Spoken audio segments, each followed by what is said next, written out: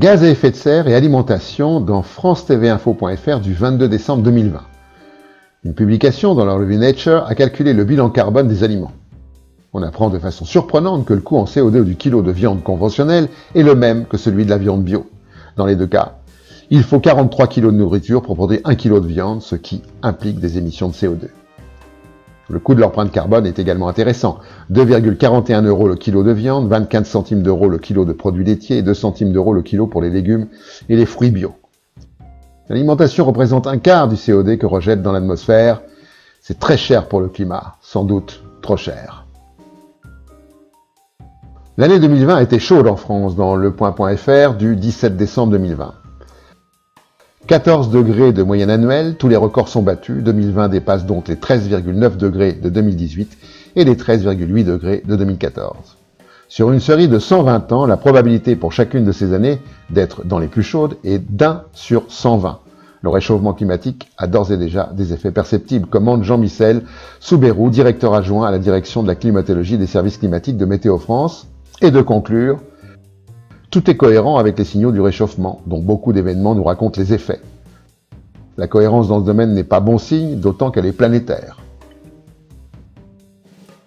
L'ONF préfère les arbres aux forêts dans reporter.net du 17 mai 2016. Nous sommes dans le département du Nord, dans l'Avesnois, au milieu de la forêt domaniale de Mormal, une forêt de plus de 9100 hectares. L'image aurait pu être idyllique sans la dévastation coutumière humaine.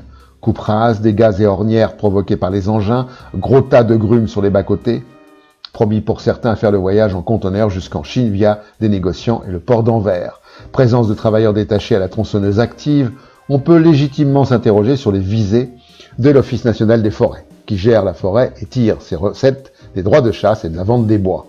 Le business est roi, là comme ailleurs.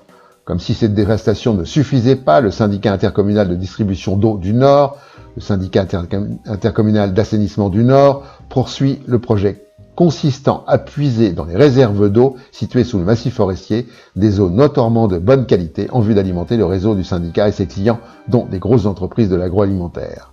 Quand ils auront abattu le dernier arbre et puisé la dernière goutte d'eau, mangeront-ils leur argent?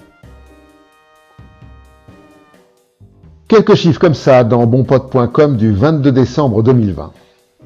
Un aller-retour Paris-Marseille en TGV émet 10 fois moins de CO2 qu'un kilo de viande rouge. 2 degrés d'élévation de température et 37% de la population mondiale en danger de mort. Un Français émet 27 fois plus de CO2 qu'un Burkinabé. En 2010, il fallait réduire nos émissions de gaz à effet de serre de 3,3% par an. En 2020, il faut réduire de 7,6% par an. En 2030, il faudra réduire de 15,5% par an, si tout continue comme avant. Entre 1800 et 2000, la population mondiale a été multipliée par 6, la consommation énergétique par 40 et le capital par 134. L'apartheid climatique dans novetic.fr du 24 décembre 2020.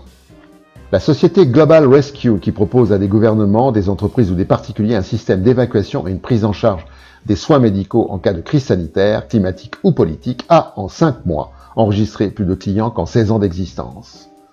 Le groupe Vivos a repris 600 anciens bunkers militaires dans le Dakota du Sud. Voici ce qu'on peut lire sur leur site. Quelle que soit la menace, nos abris sont construits et conçus pour résister ou atténuer à peu près tout, du changement de pôle aux éruptions de volcans en passant par les tremblements de terre, les tsunamis, les pandémies, les explosions nucléaires, les catastrophes biologiques ou chimiques, le terrorisme et même une anarchie généralisée. Les offres pour se soustraire au changement climatique et les désordres consécutifs sont pléthoriques et ont un coût très élevé, ce qui les rend inaccessibles à la majeure partie de la population. Les riches quittent le système. Ils n'assumeront donc pas leurs responsabilités, sachant que les 10% des plus riches de la planète sont responsables de 52% des émissions cumulées entre 1990 et 2015. Et pour finir, la connerie de la semaine. À la prochaine fois.